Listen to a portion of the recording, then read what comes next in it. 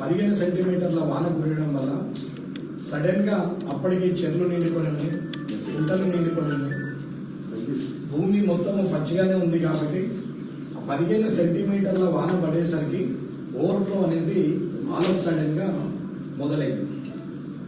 వరదలు వస్తాయని కానీ వరదలు ఇంత బీభత్సంగా ఉంటాయని కానీ ఎవరు ఎక్స్పెక్ట్ చేయలేదు. ఉదయం 9 వరకు నార్మల్గా ఉన్నటువంటి వర్షం పడుతూ నార్మల్గా ఉన్నటువంటి ఏరియాలని 11 గంటల వరకు ఆ 2 గంటల్లో మొత్తం జలమయమైపోయినటువంటి పరిస్థితి. 15 సెంటీమీటర్ల వర్షం కురిస్తే అది ఇంకా ఎవరు ఆపే పరిస్థితిలో ఉండదు.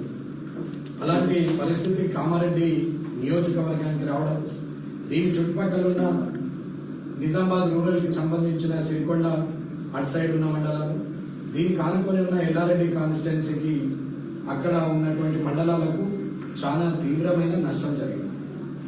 ప్రజలు అది అదృష్టం ఏంటంటే అది వినాయక చవితి కావడం, పండగ సందర్భంగా ఎవరు కూడా చేన్లలోకి వెళ్లకుండా ఇళ్లలో ఉండడం అనేది ప్రాణ నష్టం లేకుండా జరిగిపోయిన ఒక విలయం.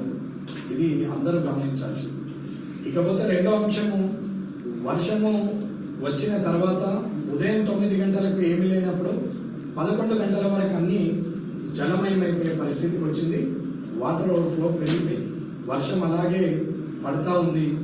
ఇంకా కంటిన్యూ అవుతున్న సందర్భంలో కుంటలు, చెరువులు పొంగిపొరలడం, వాగులు ఒక 30 మీటర్లు ఉన్న వాగు కనీసము 300 మీటర్ల వరకు మేరకు పారడం జరిగింది.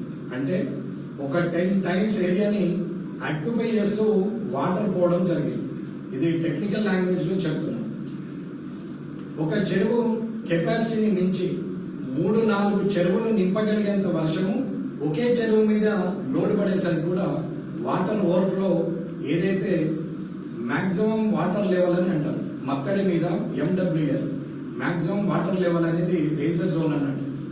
మ్యాక్సిమం వాటర్ లెవెల్ దాటి TBL సైడ్ వచ్చింది. అంటే ట్యాంక్ బండ్ లెవెల్ అనమాట. కట్ట మీదకి వెళ్ళి బొర్రే పరిస్థితి వచ్చినప్పుడు బ్యాక్ వాటర్ ని రిలీజ్ చేస్తూ కట్టలకు చివరన మత్తడి కాకుండా ఇంకొక దగ్గర తెంపడము, అక్కడి నుంచి నీళ్లు వదలడము లేదా చెరువు తెగిపోయే పరిస్థితికి వచ్చింది. ఇరిగేషన్ డిపార్ట్మెంట్తో ఎప్పటికప్పుడు మాట్లాడుతూ అవన్నీ చూడమని చెప్పడం జరిగింది. నీళ్లు వచ్చాయి, మునిగిపోయింది. కామారెడ్డిలో ప్రకృతి, పట్టణంలో తీవ్రమైన ఇబ్బంది, పల్లెటూళ్ళలో అంత ఇబ్బంది లేకుండా పంట నష్టం జరగవచ్చు. కానీ ఇక్కడ ఇళ్లలోకి నీళ్లు రాని కామారెడ్డి పట్టణంలో మున్సిపాలిటీ ఇంట్లలోకి నీళ్లు రాని జాగా అంటూ ఉంటే ఏమన్నా ఉంటే ఈ కలెక్టరేట్ ఏరియా తప్ప మిగతా అంతటా ఇళ్లలోకి నీళ్ళు వచ్చింది. విద్యానగర్ కానీ, కాసర్ల విఆర్ కానీ, దేవి విఆర్ కానీ, కల్కినగర్ కానీ, అటే ఉన్నటువంటి కౌండిన్యా కాలనీ కానీ, హౌసింగ్ బోర్డు కానీ, జిఆర్ కాలనీ కానీ, సరంపల్లె కానీ, ఇటు వస్తే పంచముఖి హనుమాన్ కానీ, అక్కడున్న అజాంపుర, ఇస్లాంపుర, అక్కడున్న గాంధీగంజ్, ఇక్కడున్న స్టేషన్ రోడ్డు, అవతలున్న అయ్యప్ప నగర్, అవతలున్న గాంధీ నగర్, ఇవన్నిటికి కూడా ఇళ్లలోకి నీళ్ళు రావడం జరిగింది. ఎక్కడైతే వర్షం విపరీతం పడేసరికి వాటర్ ఫ్లో తట్టుకోలేక అందరికి వచ్చింది. సరే, కామారెడ్డికి ఉన్నటువంటి అదృష్టం ఏంటంటే ఎంత వర్షం పడినా ఒక 4 నుంచి 5 గంటల లోపల వాటర్ మొత్తం వెళ్ళిపోతుంది. ఎక్కడ కూడా ఆగదు, స్టాగ్నెట్ వాటర్ అనేది ఉండదు. ఇది కామారెడ్డికి ఉన్నటువంటి అదృష్టం. కానీ ఆ తర్వాత అది 15 సెంటీమీటర్స్ పడేసరికి వర్షము వాటరు ఎటు దొరికితే అటు రావడం జరిగింది. దాని తద్వారా సరంపల్లి, జిఆర్ కాలనీ, తర్వాత హౌసింగ్ బోర్డు, కౌండిన్యా కాలనీ, తర్వాత హౌసింగ్ బోర్డు, ఆ తర్వాత కల్కినగర్ బ్యాక్ సైడ్ ముంపుకు గురైనటువంటి పరిస్థితి.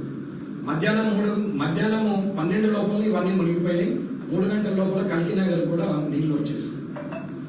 అక్కడ ఉన్నటువంటి కాసర్ల విఆర్ నుంచి, కాకతీయ కాలనీ నుంచి డైరెక్ట్ గా వాటర్ వస్తూ మొత్తం మీద సాయిబాబా గుడి నుంచి జీవదాని వరకు కూడా ఒకే ఫ్లో రావడం, కాసర్ల విఆర్ నుంచి దేవి విఆర్ ఫేజ్ 1 ఫేజ్ 2 నుంచి ఆ వాటర్ అంతా వచ్చేసి మెయిన్ రోడ్ మీదకి రావడం జరిగింది. ఇవన్నీ కూడా తిరిగి ఒకే దగ్గరికి రావడం వల్ల ఈ జిఆర్ కాలనీ మొత్తము 11 ఫీట్ల మేరకు, అంటే గ్రౌండ్ నుంచి 12.5 ఫీట్ల వరకు మునిగిపోయింది. అంటే ఫస్ట్ ఫ్లోర్ వరకు నీళ్ళు వచ్చేసినాయి, గ్రౌండ్ ఫ్లోర్ కంప్లీట్ మునిగిపోయింది. ఇది పరిస్థితి. కౌండిన్య కాలనీలో కూడా ఆల్మోస్ట్ ఒక 8 ఫీట్ వరకు నీళ్ళు వచ్చేసాయి. హౌసింగ్ బోర్డులో ఒక 4-5 ఫీట్ల వరకు వచ్చేసాయి. సరంపల్లిలో ఒక 3-4 ఫీట్లు 5 ఫీట్ల వరకు నీళ్ళు వచ్చేసాయి. నీళ్లు నిలబడ్డప్పుడు అధికారులు పరిగెత్తచ్చు, అందులో ఎవరైనా పని చేయొచ్చు. నీళ్లు పరిగెత్తుతున్నప్పుడు, నీళ్లు నిలబడితే ఏ పనైనా చేయొచ్చు, కానీ నీళ్లు పరిగెత్తుతుంటే అందులోకి వెళ్ళడం అనేది కష్టం. ఇకపోతే కొందరు అధికారులు పని చేయలేదని కామెంట్ చేస్తున్నారు. అందులో నేను ప్రజలకు ఒకటే చెప్తున్నాను, మీరు నన్ను ఎలా అర్థం చేసుకున్నా నాకైతే ఇబ్బంది లేదు, కానీ మీరు అర్థం చేసుకుంటారనే ఒక ఆలోచన అనేది చెప్తున్నాను. ఉదయం 10 నుంచి 9 నుంచి అధికారులు, అధికార యంత్రాంగం మొత్తం మంది కూడా పని మీద ఉన్నారు. ఇది నిజం, దీంట్లో తప్పు ఎక్కడా లేదు, ఎవరు ఆబ్సెంట్ లేదు. ఎంఆర్ఓలు, ఎండిఓలు, మున్సిపల్ కమిషనర్, మున్సిపల్ ఏఈ, ఆర్ఎండ్బి, పంచాయతీరాజ్, ఇరిగేషన్, ఎలక్ట్రిసిటీ, ఆఖరికి పారిశుద్ధ కార్మికులు, శానిటరీ ఇన్స్పెక్టర్లు ప్రతి ఒక్కరు కూడా పనిచేస్తూ పోయారు. ఎవరు కూడా పోలీస్ కానిస్టేబుల్, ఎస్డిఆర్ఎఫ్ కానీ ఎన్డీఆర్ఎఫ్ కానీ వాళ్ళు వచ్చే వరకు పోలీస్ కానిస్టేబుల్ కూడా విపరీతమైన వర్క్ చేస్తున్నటువంటి సందర్భం. బిగిన వర్షం పడుతున్న సందర్భంలో పైనుంచి కుంభవృష్టి పడుతుంటే వీరందరూ కూడా ఫీల్డ్ లో తడుచుకుంటూ పనిచేశారు. నాకు కనిపించినంత మాత్రమే ఎవడు పని చేయలేడనే మాట్లాడడం మూర్ఖత్వం. నీకు కనిపించిరా కనిపించలేదా పరిస్థితిని కంట్రోల్ ఉంచిరా లేదా అనేది ముఖ్యం. ఎక్కడికక్కడ కానిస్టేబుల్ కావచ్చు, ఎస్ఐ సబ్ ఇన్స్పెక్టర్లు కావచ్చు, సర్కిల్ ఇన్స్పెక్టర్లు కావచ్చు, ఎస్పీ వరకు పోలీస్ డిపార్ట్మెంట్ మొత్తంగా పనిచేస్తుంది. సరే, ఎవరెక్కడ పనిచేసారు అనేది మీకు అనుమానం ఉండొచ్చు. ఇరిగేషన్ డిపార్ట్మెంట్ మొత్తం చెర్ల దగ్గరనే ఉన్నారు. ఏఈలు, డిఈలు మొత్తం వాళ్ళు అదే చూస్తూ పోయారు. మున్సిపల్ కార్మికులు మొత్తము ఎక్కడ వాటర్ ఉంటే అక్కడ తీసేయడానికి, నీళ్లు పోవడానికి వాళ్ళు ఉదయం నుంచి మళ్ళా మూత్ర విసర్జన చేతిలోకి వచ్చిన, మనం పడేసిన ప్లాస్టిక్ కాగితాలు మోర్లలో తట్టినా, మనం పడేసిన వేస్టేజ్ ఏది ఉంటుందో అది చదువుకున్నోళ్ళైనా మోర్లలో పడేస్తే ఇవాళ అందులో నుంచి నీళ్లు ఒక రోడ్ ఎక్కి ఇబ్బంది పడితే ఆ మోర్ల చేతులు పెట్టి ఆ నోరు ముఖం కూడా నీళ్ళల్లో ఆనుతుండగా కూడా వాళ్ళు పనిచేసినటువంటి పారిశుద్ధ్య కార్మికులు. ఎప్పుడో ఒక్కసారి ఎక్కడైనా తప్పు చేస్తే అదే తప్పులు ఎత్తి చూపొద్దు, కానీ విపత్కర పరిస్థితి వచ్చినప్పుడు మానవత్వంతో పనిచేసిన పారిశుద్ధ్య కార్మికులు, శానిటరీ ఇన్స్పెక్టర్లు అని చెప్తున్నారు. మున్సిపల్ ఏఈ గారు మొత్తం టౌన్ లో ఉంటూ ఆయన పరిగెత్తుతూనే ఉన్నారు. కమిషనర్ గారు తిరుగుతూనే ఉన్నారు. ఇకపోతే ఆ పంచాయతీరాజ్ డిపార్ట్మెంట్ వాళ్ళు రోడ్లు, ఎక్కడెక్కడైతే కల్వర్ట్లు ఏమన్నా డ్యామేజ్ అయితే అటు సైడ్, అలాగే ఆర్ఎండ్బి వాళ్ళు వాళ్ళ రోడ్లు, ఎక్కడైతే కామారెడ్డిలో ఇబ్బంది ఉందో అక్కడికి వచ్చి నిలబడ్డటువంటి సందర్భం. వీళ్ళందరూ ఎక్కడికక్కడ అన్ని డిపార్ట్మెంట్లో పనిచేశారు, ఇంక్లూడింగ్ కలెక్టర్ గారు, ఎస్పీ గారు కూడా ఫీల్డ్ లోనే ఉన్నారు. కానీ వర్షం పడుతుందని చెప్పి ఎవ్వరు ఆఫీసులలో లేరు. ఒక్క కంట్రోల్ రూమ్ ఏదైతే పెట్టారో అక్కడ ఒక్క వ్యక్తి తప్ప అందరూ ఫీల్డ్ లోనే ఉన్నారు. కావాలంటే నేను ఏరియాలతో సహా చెప్తున్నాను. ఏఎస్పీ గారు, చైతన్య గారు జిఆర్ కాలనీ రోడ్డు మీదనే ఉన్నారు. శానిటరీ ఇన్స్పెక్టర్ పర్వేజ్ అక్కడే ఉన్నాడు. ఏఈ గారు శంకర్ గారు అక్కడే ఉన్నారు. మున్సిపల్ అక్కడ ఒక 50 మంది పోలీసులు ఎన్డీఆర్ఎఫ్ వచ్చేవారు పనిచేసారు. ఎన్డీఆర్ఎఫ్, ఎస్డీఆర్ఎఫ్ వచ్చిన తర్వాత అక్కడ పనిచేసారు. సర్కిల్ ఇన్స్పెక్టర్ కామారెడ్డి ఆయన ఓల్డ్ సిటీలో పనిచేస్తా ఉన్నారు. సబ్ ఇన్స్పెక్టర్లు దేవునిపల్లి ఇన్స్పెక్టర్ రామన్ గారు ఆయన కూడా అక్కడ జిఆర్ కాలనీ హౌసింగ్ బోర్డులోనే పనిచేస్తున్నారు. నరాల గారు కూడా ఓల్డ్ సిటీలో పనిచేస్తా ఉన్నారు.